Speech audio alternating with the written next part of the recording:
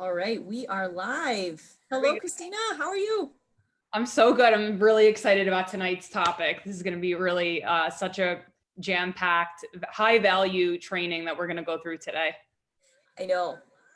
And I feel like I've learned so much over part one and part two that I'm so excited for part three because I know I saw the notes that you and I passed back and forth, but like to hear you explain it in a way that's approachable, that I can understand. I mean, that's what I get out of this, and I think that's what people are getting out of it. So today, everyone, welcome Christina Tarantola. We are here. We've got pharmacist Professor Brooke and pharmacist energy healer Christina Tarantola / coach. And we are going to talk all about confidence and how to make this transition, whatever transition you're in throughout your career, how to do it with confidence, even though we may not feel like we have it. So let's start there, Christina. I know that the people that I talk to, this just plays such a big role in our personal lives and in our professional lives. And I feel like I work with so many people who are so smart and they have so much clinical knowledge and they have all these letters behind their name, yet they just lack confidence in just some of their day-to-day stuff, but even figuring out next steps. So what can you talk to us? What can you tell us about confidence?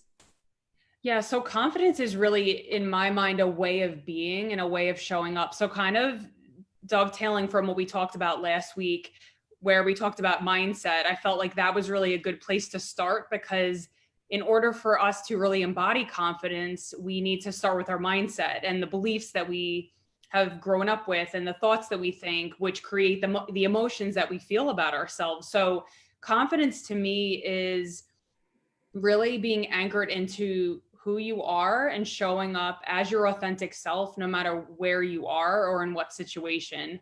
Which, and I'm gonna call myself out here tonight, but I got a breakout, so just being completely raw and real with everybody. And I'm like, oh my god, like I'm complaining to my fiance, and I'm like, that's part of confidence, right? Like, how am I showing up on this Facebook Live with everybody? So I had to have a little like mental story with myself to be like, no, you're fine.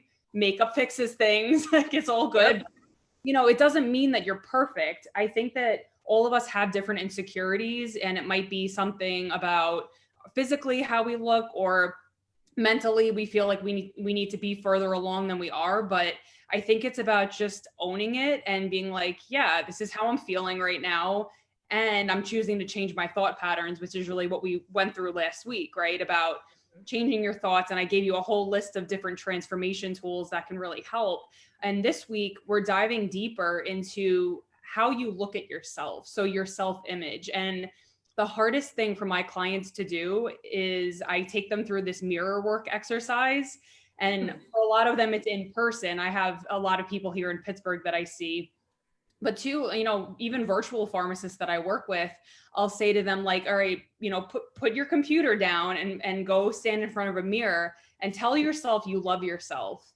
And it's so hard because we're so critical of who we are, and, oh, I see that blemish, or, oh, I don't like the way that my eyes look, or whatever it is. So when you are able to look at yourself in the mirror and allow that resistance to bubble up and to be released, then you're able to kind of meet yourself with that level of compassion that, okay, it's not about being perfect. It's not about, you know, having it all figured out. It's realizing that we're all human. We all feel these things. And I would love to hear too, if you're comfortable in the comments, to just write like, hey, what are you maybe struggling with right now, or something that you found might be useful to help with confidence. Like, this is totally an open conversation, but I think that you're going to leave this talk with us tonight just having that kind of pressure taken off of you. Like, okay, I don't need to put so much pressure on myself. Everybody feels this way. But we don't always see that, right? On Facebook or social media. It's like, oh, here's my highlight reel of everything that I do. And it's not that I'm bringing anybody down, but it's just realizing like we all struggle with these things. So that's really what I want to impart on people. Right. Yeah, we definitely want to know who's here. So please say hello, tell us where you're from, tell us if you're a student, a new grad. We'd love to hear from you, see who's watching. So Christina, do you think that's why a lot of pharmacists have a lack of confidence? Is because a lot of pharmacists are perfectionists, and they're tied to, and they're just their whole lives, they've just been used to getting everything right. And maybe it's that fear of failure that's kind of tied into this lack of confidence. Do you think it's coincides with that? Yeah, so that is something that I see so much with a lot of my clients, is that perfectionist tendency. And in myself, I know that that's there, right? Like when I was just talking about my breakout, like I expect myself to have perfect skin, and that translates to a lot of different things. But I think that it's really about how we were conditioned. And it goes back to that subconscious blueprint of what were the messages you received when you were younger? Like, hey, maybe for you, your parents were really hard on you and they wanted you to excel, but they did it in a way that maybe you felt like failure wasn't even an option. And you felt like if you failed, then you were a bad person, or like the young mind makes up stories. And we almost like overachieve in order to prevent that from ever happening again, and from feeling feelings of like shame and rejection and all of that. So some people go the other way. I know I did too. And that's part of like the eating disorder and the perfectionism that I struggled with. So it can manifest in a lot of different ways for people. Like I see a lot in my business, over analysis paralysis, people who really want to like put their content out, but they're so fixated on like having the perfect structure and, making sure that they say everything they have to say. And they wind up spending 5 hours on one post instead of just intuitively going into their heart and typing something out. That's really going to impact their fellow, their soulmate client or whatever. So I think it's just important to catch those patterns, because it really is a way that you've learned how to survive. It's a survival mechanism. And perfectionism and all of that, it's coming from fear, because we're afraid of disappointing other people. We're afraid of rejection, all these very human things that I think, we all struggle with again. So that's really what I think I want to kind of go through today, is how to overcome some of those things, how to release some of these blocks that are really holding people back and keeping them stuck. Really, that's what I see so much, is that people come to me and they feel stuck because that's how we were trained. We were trained, you have to be perfect, you have to do everything, which has its pros and cons. But how do we go ahead and have that compassion and that flexibility with ourselves when we do make a mistake? Right. So let's say like somebody's watching right now, somebody's listening, and they can really identify with everything that you're saying, and they want to do better. They want to figure out a way to get unstuck. What is like a good first step? So I would say to just jot down, what are some of the things that you feel stuck around? Is anything that I said, like, and usually it's some kind of self-sabotaging pattern, right? Like maybe you avoid Facebook Lives, or you kind of play small in your business, or you spend 5 hours on a post, or you're doing all of these back end things. And you're not really, or even if you're not going to be an entrepreneur, if you're somebody who is just wanting to expand in your career, but you're avoiding putting your resume out there, and you're kind of just staying safe in your job, even though you're not happy.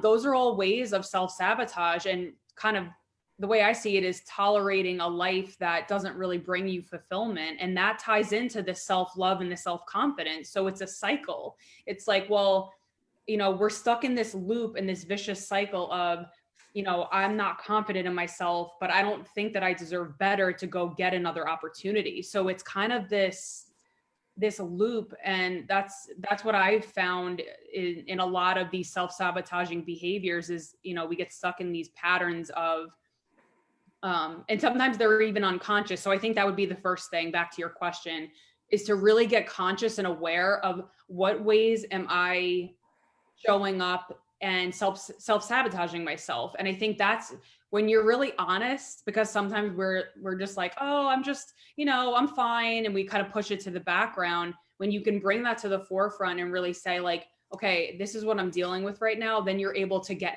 either the support you need, or you're able to do the things that need shifting in order to, sorry, my light went out. No, it's fine. Oh, geez. You can shift it, but if you don't address it, you can't shift it.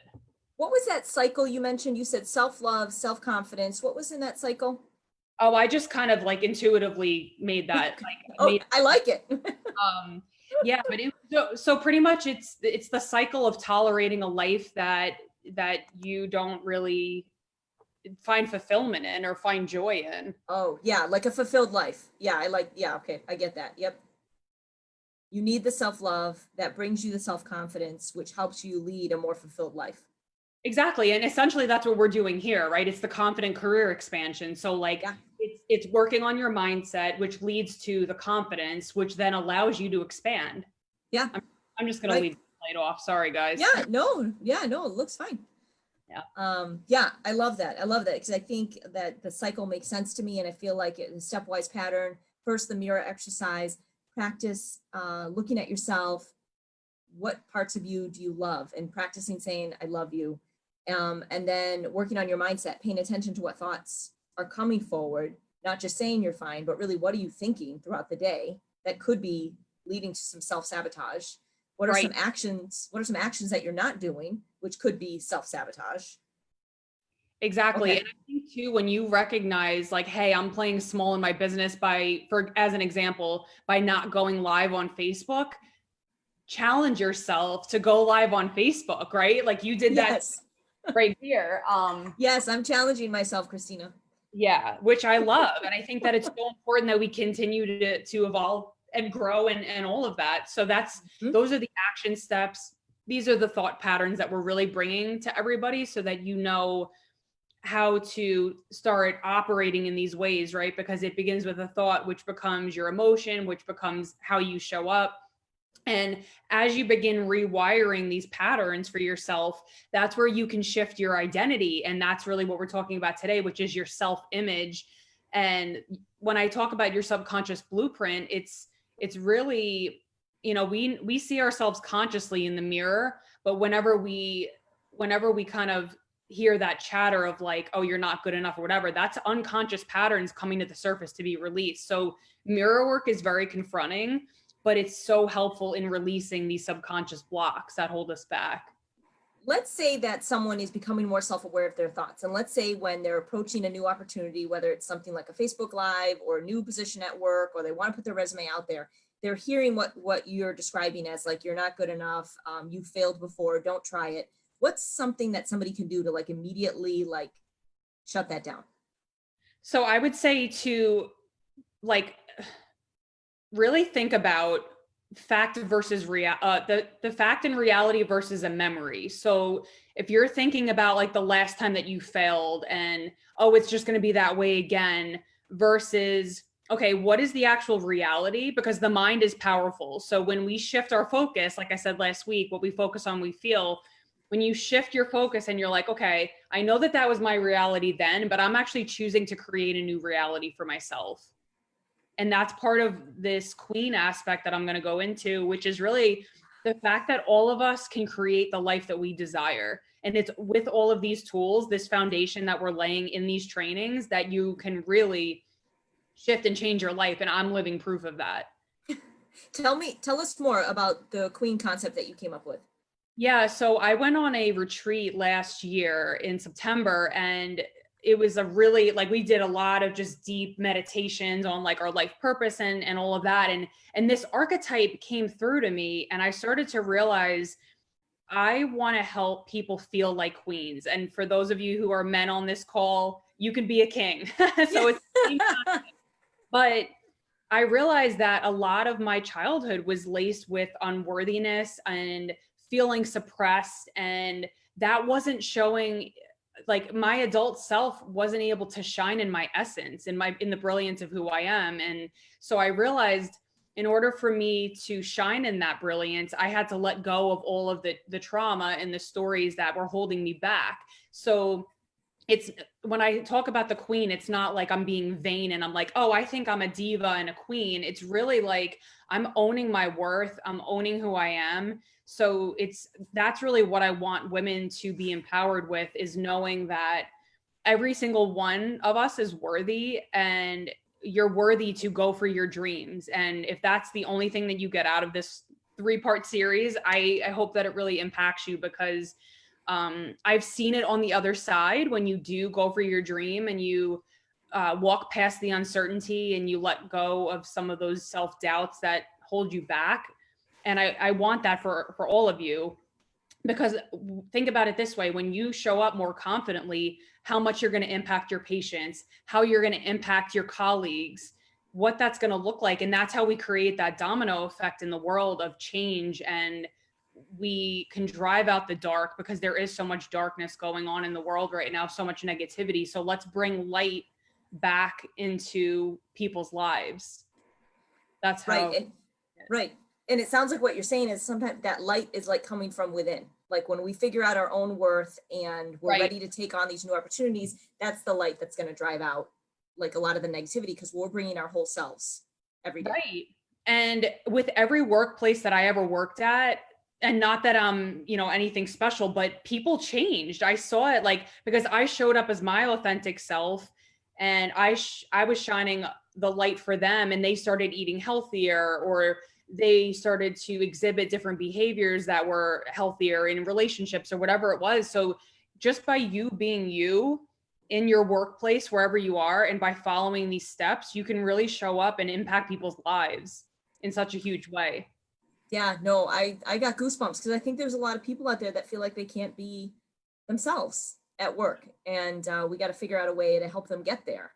That was so they did a study on people who they interviewed all of these people on their deathbed, and they said, what are one or two things that you regret? And that was one of them. Was they regretted not being their true self.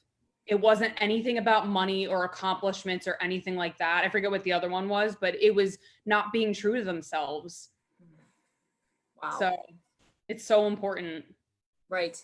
So what are some other like key action steps or things that people can do so they can get closer to their truer self or be more confident being their truest self? Yeah. So I would say, again, confidence is really a self-love journey, in my opinion. So anything you can do, any rituals, like I do an Epsom salt bath at least once a week. And I have my my little like seltzer water in there. I light candles. Just love up on yourself, like do things that are loving, meditate. I know we gave a bunch of examples the last time on really turning your focus from comparing, right? It's so easy to do that. Shift it towards yourself and fill up your own cup so that you don't have to rely on the validation of other people, because you're so lit up inside. That's what I would say. Have you seen that when people start practicing these self-love practices that they can rely more on their internal validity? Yeah, so that's a great point and a great connection, because you definitely become more self-trusting and more intuitive. And that's actually a huge block that I see with my clients. They come to me and they're like, I can't trust myself. And they usually have a block around their heart area. You know how we talked about chakras last week? Mm-hmm. There's usually a big block around, maybe they made a decision in the past and it turned out negatively. So now they can't trust themselves. So there's a lot of just energy consciousness weighing on their heart that they can't connect with their true self.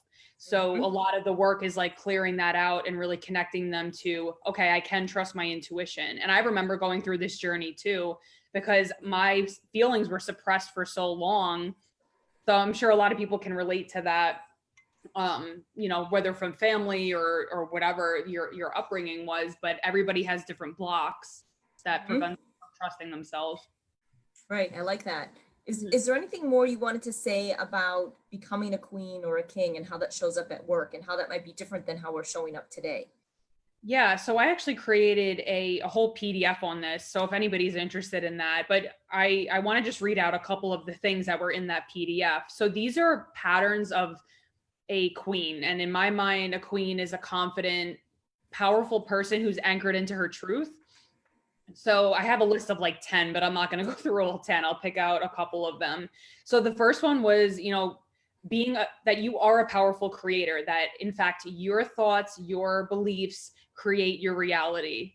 And with our choices, we can either choose to live a life that's in alignment with our highest truth, or we can not. So it's really, you're actively choosing your reality every day. Another thing that I think is important is being able to set healthy boundaries. And I think you talked about this last time. And you had posted about this too, because think about it, when you trust yourself and an opportunity comes through, you'll be able to say, does this feel good and align with my highest truth and my goals? Or does it not? And you'll be able to set that boundary to say, you know what, I appreciate it, but this just isn't aligned with what I'm doing. So when you know yourself, you're able to set those healthy boundaries with people, which I think is really important. And that is another thing too that I find is a lot of people, or a lot of women specifically, are such nurturers and have such big hearts, but we overgive sometimes Yes. instead of just being able to set that boundary. Like, one of my clients will be like, volunteering at a PTA meeting and like doing the bake sale for the basketball team or whatever it is. And like, you're so bombarded, you don't have time for yourself. So being able to set those healthy boundaries is how you can nurture yourself more.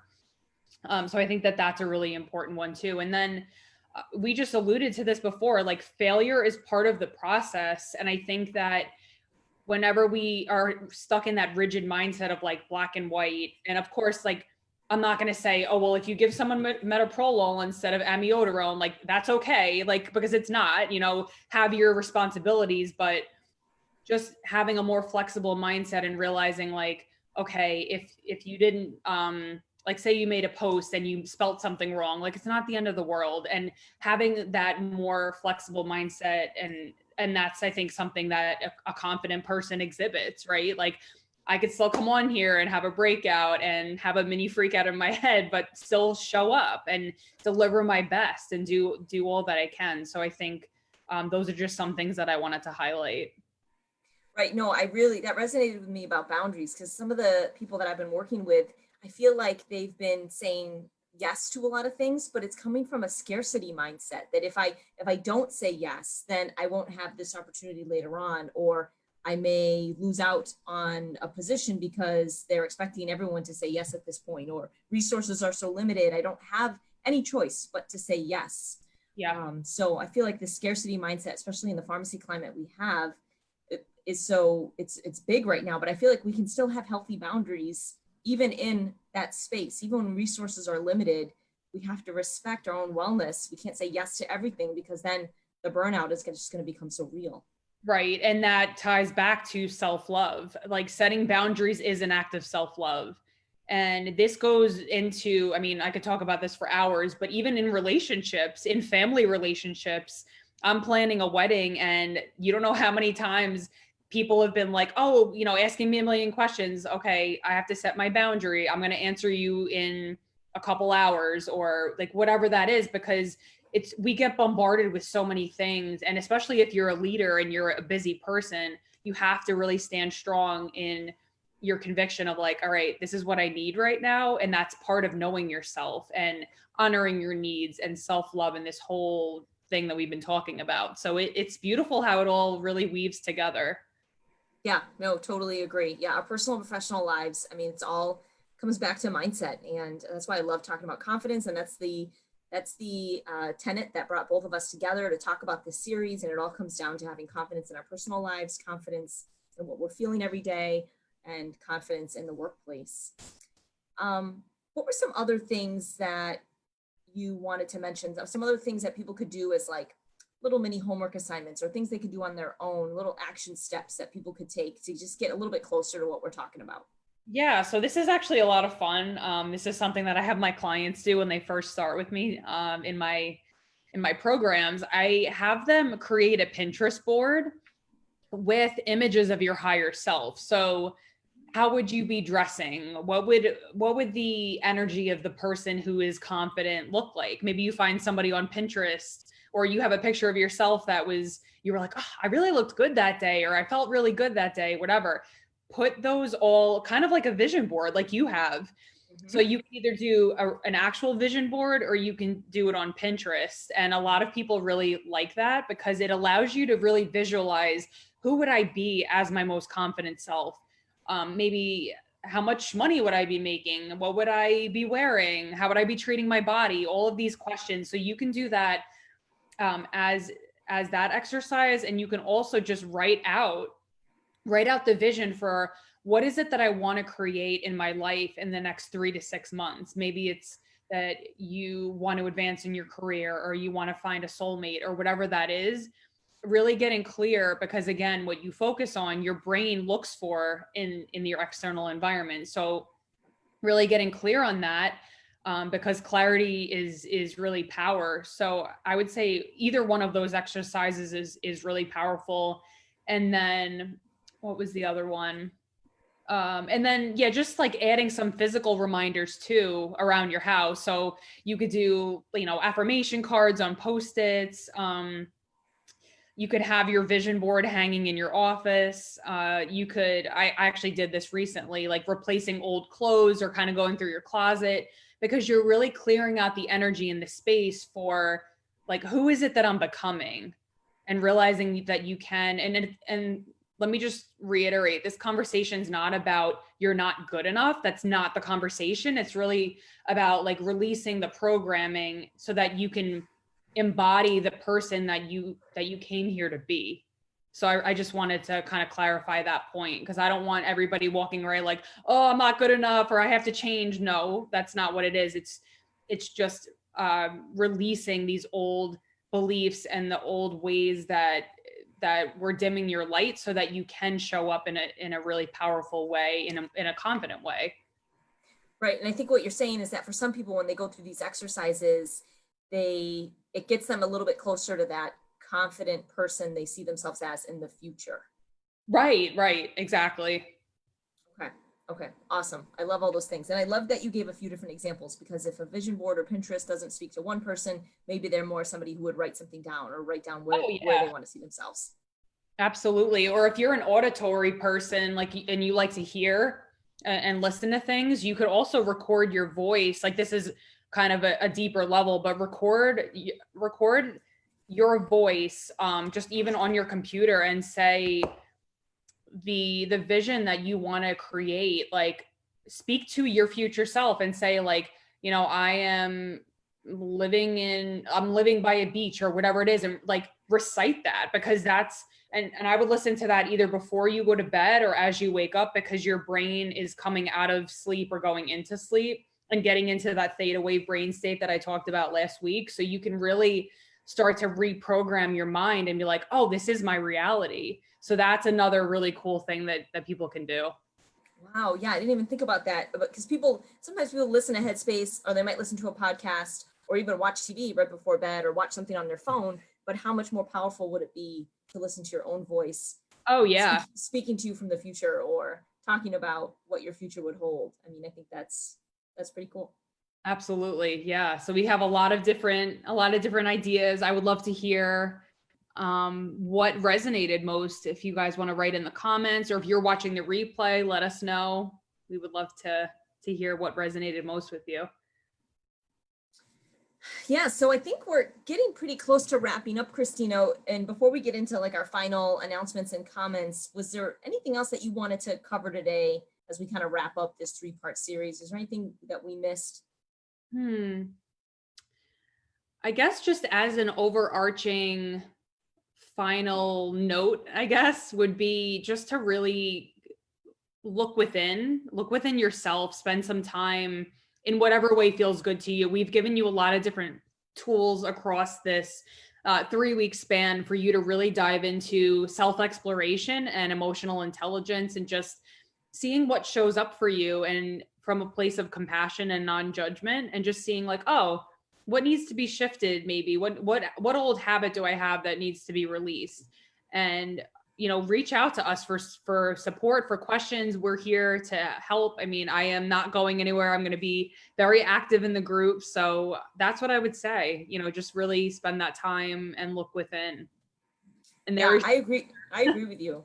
Yeah.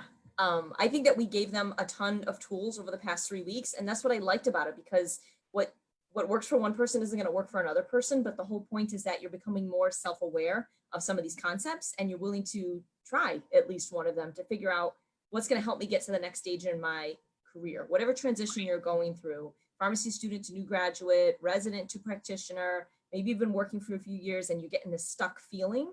And I can certainly resonate with that. And I think that's one of the reasons why I started 21st Century PharmD, is because I just got to this place where I realized I'm in charge of my career. And if I want to see innovation and something exciting and something new on social media, then I just have to start doing. And then I have to show that. I have to be the example. I have to show that to students. I can't keep talking to them about entrepreneurship and innovation if I'm not living that example myself. So so I think you and I, we have these personal stories that tie us so deeply to why we're doing what we're doing. And I think what we want to hear from you guys, whether you're watching in the replay or whether you're live, like what was the biggest takeaway out of these last 3 weeks? Like what was the most useful thing, the most valuable thing, the thing that kind of knocked you off your chair, like you didn't think about that before and how it related to your career? That's what we want to hear. And you can either message us, you can write it in the comments below. We'll be monitoring the comments as the days and weeks go on. But we really want to hear from you. And then especially if Christina and I ever collaborate again, which I think I see in our future, what would you want us to talk about? Are there any topics that you guys feel like you want more clarity on? Maybe we touched upon a topic, but we didn't go into it very deeply and you want to talk about it more. We'd love to hear from you in that way too. Awesome. I'm looking at the comments. Justine, love all these ideas. Thanks, Justine. Awesome. That's so great. Yeah. Really great. So we have some goodies coming up for you. So as a way of us saying thank you for being here with us and watching all 3 of these trainings and part of our series. So do you want to go ahead and share what we have? Yeah, sure. Thanks. So what I've kind of alluded to before, I got to a point in my career where I felt a little stuck and I realized that I had to figure it out for myself. I had to stop waiting for somebody else to give me direction. But I almost needed, and I hired a coach and I almost needed just a clarity call with somebody. So I'm just offering that to anyone who's interested, a complimentary, just 20-minute career check-in call. Like what question is on your mind and you just need help getting over that initial hurdle. And if you're looking for a longer term coach, then I know a few and we can certainly point you in the right direction. But sometimes you just need somebody in the pharmacy space, maybe in the academic space, maybe somebody who understands what a pharmacy student is going through. And you just need a quick check in, tell me I'm not crazy and help me figure out the next steps. So message me if you're interested in that and we'll set something up for sure. Awesome. And then also you and I are working together on a guide for people. I don't know if you want to talk a little bit about that. Yeah, so we are actually putting together a really awesome guide and it's going to be 5 pillars to master your mindset. So we're really taking the core concepts from these 3 Facebook lives that we did and really distilling down the main points that are really going to help you move the needle in your career and in your confidence. So keep an eye out for that. We're going to be working on that in the next couple of weeks and putting that out. So it's going to definitely. Yeah. And if you follow either one of us on social, you'll see us post about it and you'll be able to get it then. We're putting the finishing touches on it. Awesome. Just want to thank you, Dr. Tarantola, for doing this 3-part series with me, connecting with me on social media and helping me figure out a way to reach the students in a new way and reach the new grads in a new way. I think that all of this mindset work is so important, but to have your background and your energy and all of your experience in this area, it just brings it to a whole new level. So my heart goes out. I just really want to thank you for your time. Oh my goodness. Thank you for having me. I mean, you were just so warm and welcoming. So it felt really just natural to have a collaboration. And I'm so grateful to be able to work with you in this capacity and definitely again in the future. Maybe I'll have you on my podcast. That just popped through my mind too. That would be awesome. I feel like we've talked a lot, or maybe I'll put this on my podcast. Why not? That's awesome. Yeah. We'll definitely do something together for sure.